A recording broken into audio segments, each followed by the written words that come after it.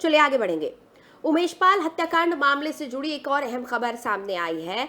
STF और police ने दिल्ली में कार्रवाई शुरू कर दी है। 5 लाख के इनामी अतीक के बेटे असद और बमबाज गुड्डू मुस्लिम के मददगारों से पूछताछ और दिल्ली से उन्हें लाने की तैयारी में लगी हुई है एसटीएफ। कोर्ट में अर्जी दाखिल करने और अनुमति मिलने के बाद मददगारों को प्रयागराज लाया जाएगा। असलहा तस्कर जिशान, खालिद और एक ड्राइवर को प्रयागराज लाने की तैयारी में है पुलिस प्रशासन। आपको बता दें कि उमेश पाल की हत्या के बाद असद गुड्डू बमबाज के साथ ही दिल्ली पहुंचा था। ड्राइवर ने दोनों के ठहरने का इंतजाम भी किया था और असद और गुड्डू दिल्ली में लगभग 15 दिनों तक छिपे हुए थे।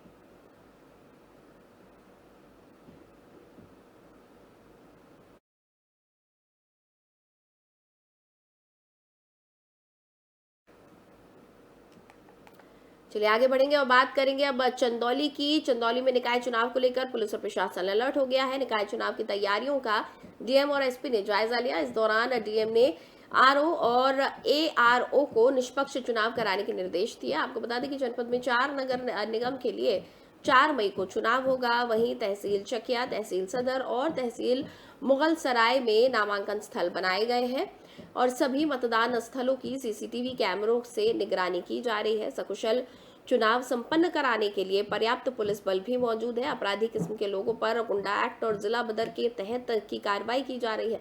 इसके साथ ही चुनाव में वोटरों को लुभाने के लिए पैसा और शराब बांटने वालों पर भी कार्रवाई होगी। देखिए, आप सभी जानते हैं कि जनपद चंदौली के अंदर चुनाव की घोषणा हो गई है। 4 मई को यहाँ चुनाव है। अभी नामांकन चल रहा है। पूरी बैरिकेडिंग फोर्स सब जगह लगा दी गई है। जितने नियम है आयोग के वो पालन किया जा रहा है उसका। एमसीसी भी लागू है, तो सभी से मीडिया के माध्यम से मैं कहना चाहूँगा कि एमसीसी का पालन करें, कोई भी उल्लंघन ना करे। लगातार कार्रवाई 107-16 की रेड कार्ड की गुंडागी चल रही है, क्योंकि बॉर्डर जनपद है। ये भी सभी को मैं सूचित करना चाहूँगा कि कोई भी जो हमारे मतदाता हैं, किसी के पैसे के लाभ में या किसी शराब के लाभ में कोई भी ऐसी सूचना आपको प्राप्त होती है तो तत्काल पुलिस को बताइए। उसके ऊपर कठोर से कठोर कार्रवाई की जाएगी, ताकि एक निष्पक्ष और एक शांतिपूर्वक चुनाव हमारे जनपद में हो सके। देखिए, आप सभी इधर लखनऊ में आचार संहिता लगने के बाद प्रशासन ने अवैध प्रचार सामग्री के खिलाफ अभियान चलाया। इस दौरान कुल 1122 होर्डिंग्स, 292 वॉल पेंटिंग्स हटाई गई। वहीं 607 बैनर, 1217 कियोस्क बोर्ड, 852 झंडे और 2371 पोस्टर हटाए गए। इसके साथ ही अवैध प्रचार सामग्री को हटाए जाने का कार्य जारी है। आपको बता दें कि नगर आयुक्त ने नगर निगम सीमांतर्गत राजनीतिक प्रचार सामग्रियों को हटाने के निर्देश दिए हैं।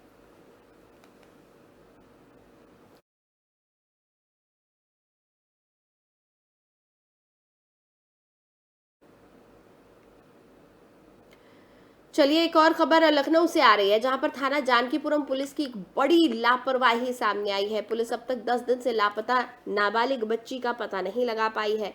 वहीं परिवार का रो रो कर बुरा हाल है और बच्ची के साथ अनहोनी होने की भी आशंका जताई जा रही है। पीड़ित परिवार बेटी के लिए थाने के चक्कर लगा रहा है। इसके साथ ही पीड़ित परिवार का आरोप है कि जानकीपुरम पुलिस की लापरवाही से बेटी के साथ कोई भी घटना हो सकती है। मुकदमा दर्ज होने के बाद भी नाबालिग बच्ची का पुलिस अब तक कुछ पता नहीं लगा पाई है।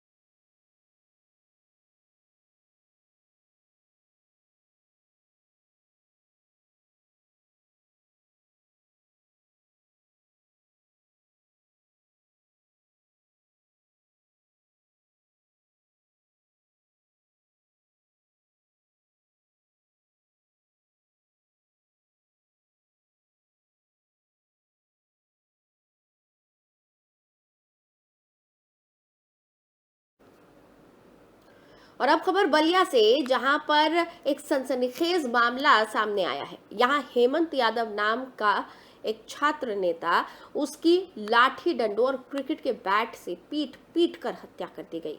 वहीं उसके साथ ही आलोक यादव की भी जमकर पिटाई की गई, जिसे गंभीर हालत में वाराणसी रेफर कर दिया गया है।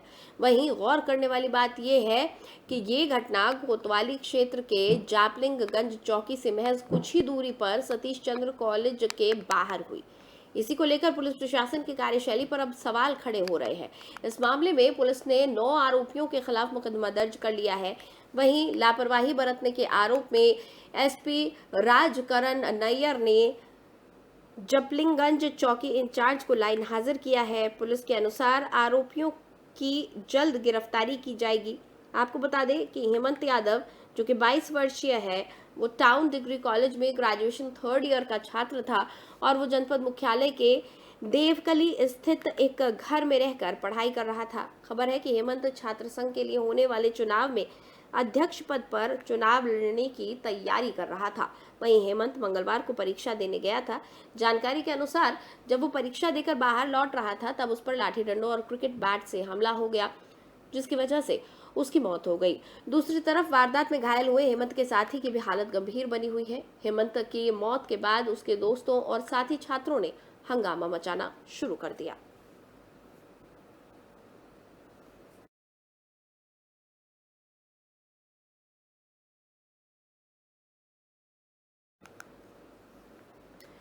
चलिए बात बुलंदशहर की करेंगे, जहां पर केंद्रीय सूचना प्रसारण और खेल मंत्री अनुराग ठाकुर ने बुलंदशहर पहुंचकर खिलाड़ियों को सम्मानित किया। केंद्रीय मंत्री अनुराग ठाकुर सांसद खेल स्पर्धा 2023 के समापन समारोह में शामिल हुए थे।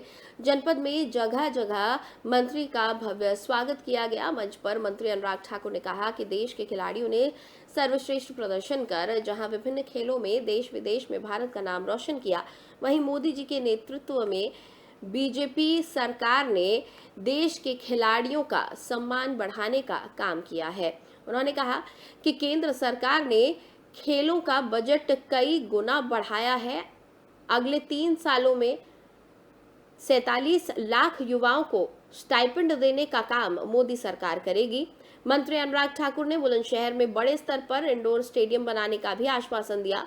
उन्होंने कहा, भारत के युवा लगातार Olympic, para Olympic games, Commonwealth games आदि में बढ़ चढ़कर हिस्सा ले रहे हैं और लगातार देश के लिए मेडल जीत कर आ रहे हैं। प्रदेश में नगर निकाय चुनाव पर केंद्रीय मंत्री अनुराग ठाकुर ने कहा कि यूपी के नगर निकाय चुनाव में योगी मोदी की ही जीत होगी।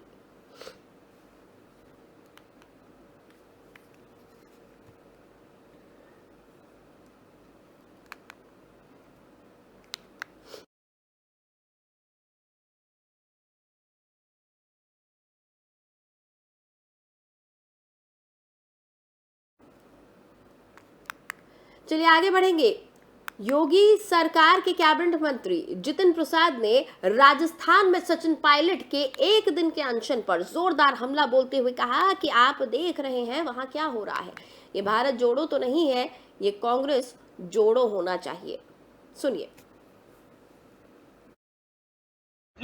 आज पार्टी द्वारा हमारे ओबीसी मोर्चा और तमाम संगठन महात्मा ज्योतिबा फूले जी की जयंती के अवसर पर यहाँ गोष्ठी का आयोजन किया गया था और उसी पे सभी संगठन के लोग और जनप्रतिनिधि, हमारे साथ माननीय सांसद सुरेंद्र नागर जी प्रभारी, सभी लोग यहाँ उपस्थित थे। विचारों का आदान प्रदान, महात्मा ज्योतिबा जी के जो विचार, उनका उद्देश्य, सभी पे चर्चा भी हुई, नमन भी और श्रद्धांजलि भी दी गई। आज चलिए आगे बढ़ेंगे। आरिफ और सारस की दोस्ती जितनी सुर्खियों में थी, उससे ज्यादा उनका बिछड़ना चर्चा में बना रहा। आलम यह रहा कि उत्तर प्रदेश के पूर्व मुख्यमंत्री अखिलेश यादव खुद आरिफ के साथ सारस से मिलने कानपुर चिड़ियाघर पहुंचे थे। हालांकि तब क्वारंटीन रहने की वजह से आरिफ और सारस को नहीं मिलाया गया था। अब जब क्वारंटीन का समय पूरा हो गया है, तो आज एक बार फिर से आरिफ अपने दोस्त सारस से मिलने पहुंचा। आरिफ को देख सारस चहकने लगा। यही नहीं, वीडियो में आप देख सकते हैं कि किस तरह से आरिफ और सारस एक दूसरे से मिल रहे हैं। आपको बता दें कि उत्तर प्रदेश के अमेठी के रहने वाले आरिफ खान को घायल हालत में एक सारस मिला था, जिसका उसने इलाज किया। इसके बाद दोनों के बीच दोस्ती इस प्रकार बन गई कि आरिफ जहां जाता सारस उसके पीछे पीछे पहुंच जाता। दोनों एक साथ खाना खाते। सोशल मीडिया पर आए दिन उनकी दोस्ती के वीडियो वायरल हो रहे थे। इन दोनों की दोस्ती से प्रभावित होकर समाजवादी पार्टी के राष्ट्रीय अध्यक्ष और पूर्व मुख्यमंत्री अखिलेश यादव खुद आरिफ से मिलने पहुंच गए थे, लेकिन क्योंकि सारस राजपक्षी है, इसके चलते सारस को पालना एक अपराध है, इसे पालतू आप नहीं बना सकते हैं, जिसके चलते ये फैसला लिया गया कि इस सारस को कानपुर चिड़ियाघर में लाया जाएगा।